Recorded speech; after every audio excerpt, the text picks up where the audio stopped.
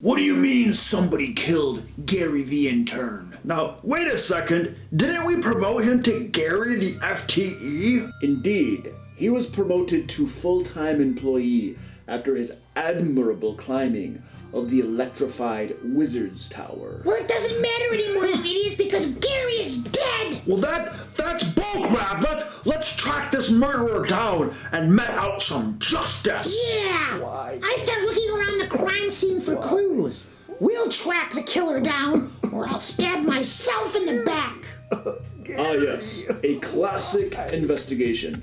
The perfect opportunity to put my oversized brain to work. You might want to sit this one out. Why?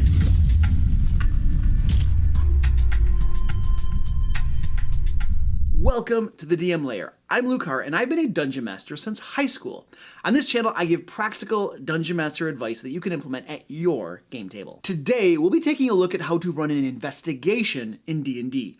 This can be the classic murder mystery or any other sort of investigation that needs doing. Now, we have a lot of territory to cover in this video. First, we'll talk about how running an investigation or mystery differs from writing or reading one. Then we'll talk about setting up different scenes with their own clues. We'll touch on how to run investigations with ability checks and without any dice at all, just by role-playing. We'll also look at how to account for powerful spells. And finally, we'll look at the possibility of failure in a mystery adventure. First, running an investigation adventure is not like writing an investigation story.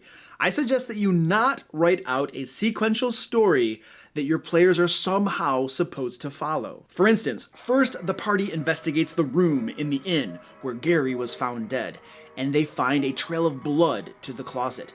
Then, in the closet, they find the tracks disappear immediately.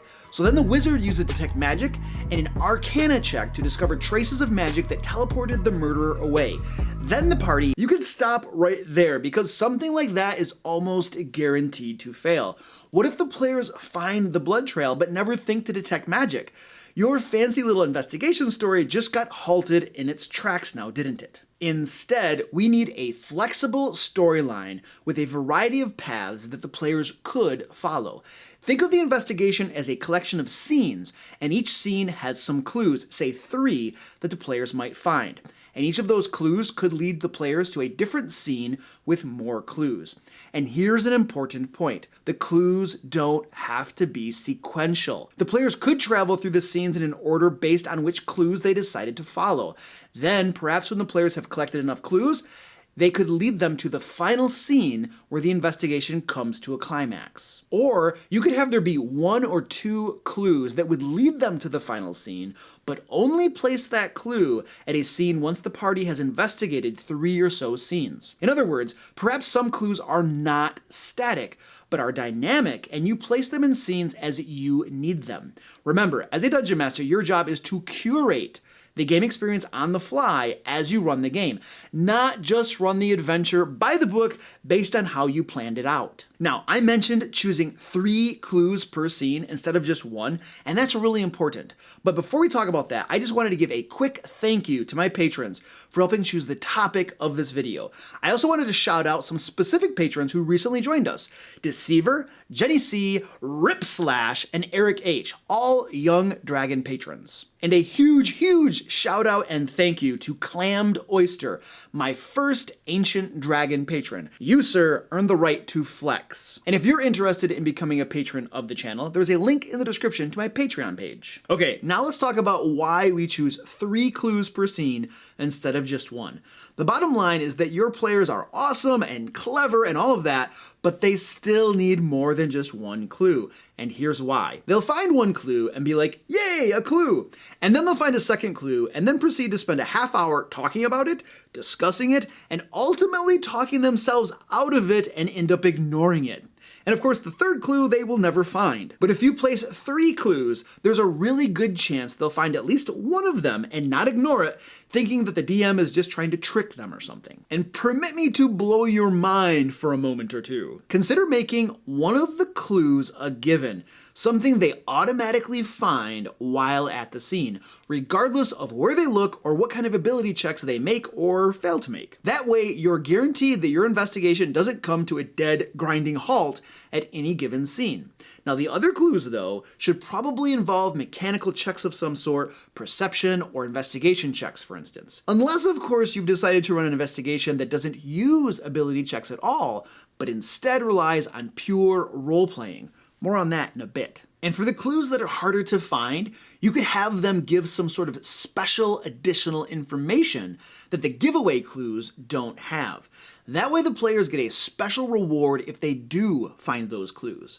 They're rewarded for a thorough investigation instead of just blazing through one scene to the next. The bonus information could be something super useful, such as information about the type of creature they may ultimately face off against, including strengths and weaknesses. Oh, and a quick tip for you too. Don't hold back on information. Make sure you give your players enough information for them to move on to the next scene. However, do consider making some of your clues just a little bit murky, sort of a puzzle that the players need to figure out. This will cause discussion and engagement, and your players will talk things over and try to piece things together. Next, use handouts and props as part of your clues. This is a perfect opportunity to practice burning paper in the oven or scavenging toys from your kids' rooms. Something physical that your players can hold onto will make the game that much more engaging and interesting for them. They could even have an evidence box where they keep all of their clues. I imagine at certain intervals, they'd get a kick out of taking out all of the current evidence, examining it again, and revising their theories and conclusions. Oh, and make sure you have a backup plan too. If there's anything running D&D since elementary school has taught me, it's that players will occasionally find ways to defeat themselves despite a DM's best efforts. So be prepared with something to help nudge them along when needed. It might even be something as simple as an NPC arriving with a bit of crucial information needed to get them going in the right direction. Oh, and if the 3-clue rule seems familiar to you, that's because I shamelessly stole it from a cool blog called The Alexandrian. There's a link down in the description to their 3-clue rule article if you want some further reading for homework. Something worth considering as well is running the investigation without using any ability checks at all. And what I mean is that you play out all of the scenes using role-playing, pure role-playing, relying on the player's descriptions of what they're doing to see if they find the clues and not on dice rolls. This is something worth considering if you have a group that relies too heavily on dice rolls and you want to encourage them to describe things more. For instance, you might have players who simply arrive on a scene and say something like, "Oh, I checked the area for clues." And then they all just want to roll a perception or investigation check. I'm sorry, but for me, that's just rather unimaginative and boring. So instead of having an interesting and fun investigation, it would really just come down to rolling dice to get the clues. So instead, you could have your players 100% roleplay the situation. I follow the blood trail into the closet and start looking around. The blood suddenly ends in the closet. I look closely at the floor. Anything? You see a small pile of some black, fine-grained substance. I stick my dagger into the pile, and then I put just a little bit on the tip of my tongue and taste it. Yes, it tastes like ashes, perhaps from something organic. This might be what remains of Gary, and there's a sort of slightly sulfuric aftertaste to it as well, leading you to believe that Gary might have been completely burned away. Oh, shut up already, you big baby! Now, I know what you're thinking. This sounds all fine and dandy, Luke, but this is D&D. The players have spells that will allow them to easily solve the mystery. How do we handle that wild card? Well, I think that it's actually not that much of a wild card. I mean, you're the dungeon master, aren't you? You know what spells and abilities they have access to. Plan for those eventualities. That is, consider effects of spellcasting on the investigation as you plan your adventure out. Now, before you throw your dice at me for invalidating PC abilities, consider this. Magic is a common thing in Dungeons & Dragons.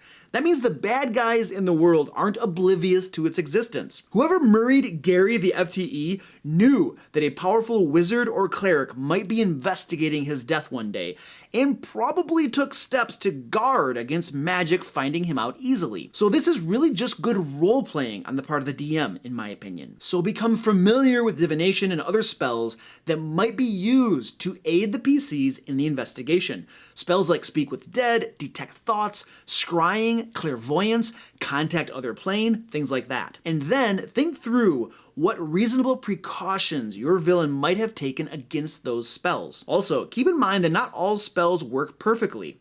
Take Contact Other Plane. Even deities and their representatives don't know everything. And was that archangel really there watching as the villain offed Gary and disintegrated his body? Probably not. I mean, even Speak with Dead is really just similar to an eyewitness. And it's commonly known that eyewitness testimony is quite unreliable. And if the villain knew that a cleric might speak with Gary's dead spirit, maybe he did something quite simple like cover his face, and perhaps use something simple like disguise self to hide his appearance.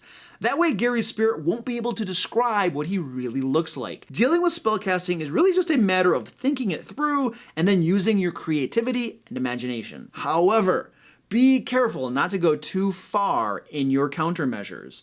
Remember that your player's spells are part of the abilities they will bring to bear on the investigation. If they are 100% ineffective, that would totally suck for them. You gotta give them something for their efforts. Just make it something reasonable. All I'm saying is that a spell can't hand them the villain 5 minutes into the investigation, or that'd hardly be interesting or fun for anyone. So what about failure? Should failure be an option? Well, if it's not an option, then it'd hardly be an adventure worth playing, in my humble opinion. My advice, though, is to avoid at all costs failure via a dead end. In other words, if the players fail, it shouldn't be because they couldn't find a clue or a way to drive the investigation forward. Do your best to keep them moving. Instead, I feel that the possibility of failure is better met through confrontations with the villain's lackeys or the villain himself. It just seems that that would be a much more satisfying way to fail than running into a dead end, if indeed there is a satisfying way to fail. Let us all know down in the comments what tips you have for running investigations and mysteries. If you want to learn alternate rules for running a chase scene, click right here. And if you want to watch a random video YouTube thinks you might like, click right down here. And until next time, let's play D&D.